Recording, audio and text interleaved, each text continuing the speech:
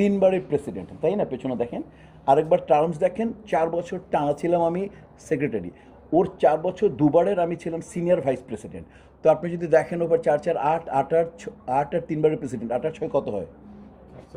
14। দুবার আমি culture secretary highest vote পেয়েছিলাম, তো আর 2 বছর কত হলো? 16। এসি ছিলাম একবার, কত হলো?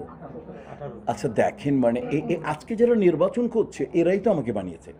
আর এই যে মানে অলমোস্ট 3বার। আর আপনারা ভালো করে জানেন কাঞ্চন ভাই যেবার ছিল, এবার আমি নির্বাচন দাঁড়িয়েছি কিন্তু করি টুরি নাই ভাই, কারণ আমি মনে করি কাঞ্চন ভাই আমার থেকে সব, কেন করি দাঁড়িয়েছি বাট করি নাই কেন, কাঞ্চন ভাই আমার মানে ফিলসফি এরকম ছিল, কাঞ্চন ভাই সব দিক থেকে আমার থেকে অনেক যোগ্য, এই জন্যে আমি দাঁড়িয়েছি, কিন্তু আমি আহামরি কোনো মুভমেন্ট করি না। তো ঘটনা হচ্ছে যে আপনি যেটা বললেন যে কেন এই এই কেন করিনি এইবার, 3বারের প্রেসিডেন্ট, 2বার সেক্রেটারি আর সিনিয়র ভাইস প্রেসিডেন্ট,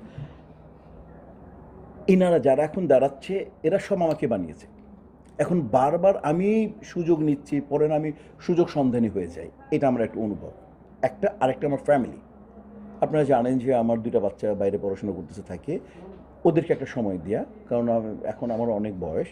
তো ওই বাচ্চাদেরকে কমপ্লেইন যে এখন তো তোমার কাজের পরিমাণ কমছে, কাজ কমছে, তা আমাদেরকে এখন একটা সময় দাও। তো দুটো, একটা হচ্ছে আমার নিজের একটা ফিলসফি, আমার ব্যক্তিত্বের একটা পার্ট, যে ভাই বারবার সুযোগ নিচ্ছি, পরে আবার আমি দাঁড়ালেই পাস করতে পারি, আমার ভিতরে অহংকার চলে আসতে পারি, আমি দাঁড়ালেই তো মানুষ আমাকে ভোট দেয়, আমি দাঁড়ালেই তো ডাবল, আমার প্রতিদ্বন্দ্বীর থেকে ডাবল ভোট পাই।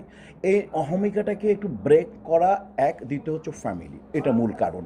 আর আর তৃতীয়টা হচ্ছে কৃতজ্ঞতা প্রকাশ করা। এই সমিতি আমাকে বারবার বানিয়েছে, আর আমি যে সমস্ত নেতা তৈরি করেছি, যে ওদেরকে একটু দেখবো না, ওদেরকে একটু পরখ করা দরকার। বড় ভাই সারাক্ষণ কাজ করে যাবে, ছোটো ভাইদেরকে যে গাইড দিয়েছি, ছোটো ভাইরা কী করে, এইটাও একটা ব্যাপার। একটুখানি যেটা আপনি যেটা বলছিলেন, কাকরাইল জমজমাট ছিল বা এফডিসি একসাথে জমজমাট ছিল, এখন গুলিস্তান, শান্তিনগর, সবাই বলে এখন এফডিসি হয়ে গেছে অনেকখানি নিকেতন, বা আপনি ইনসাফ সিনেমায় নিকেতনের একটা ক্যারেক্টার নামও ভুলে গেছে, মানে সেন্টার চলে গেছে আসলে নিকেতন, মানে এফডিসি টু নিকেতন।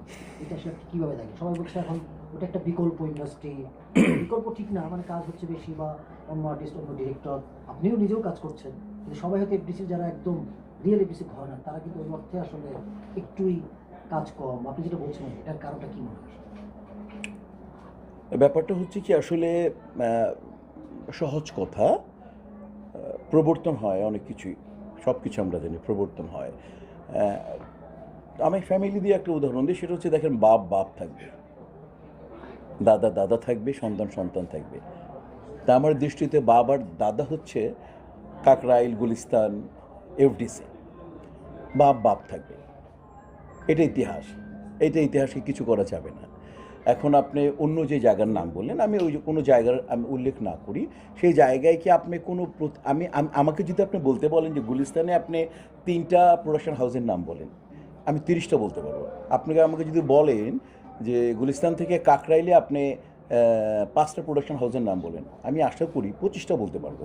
কিন্তু আমি যদি আপনাদেরকে জিজ্ঞাসা করি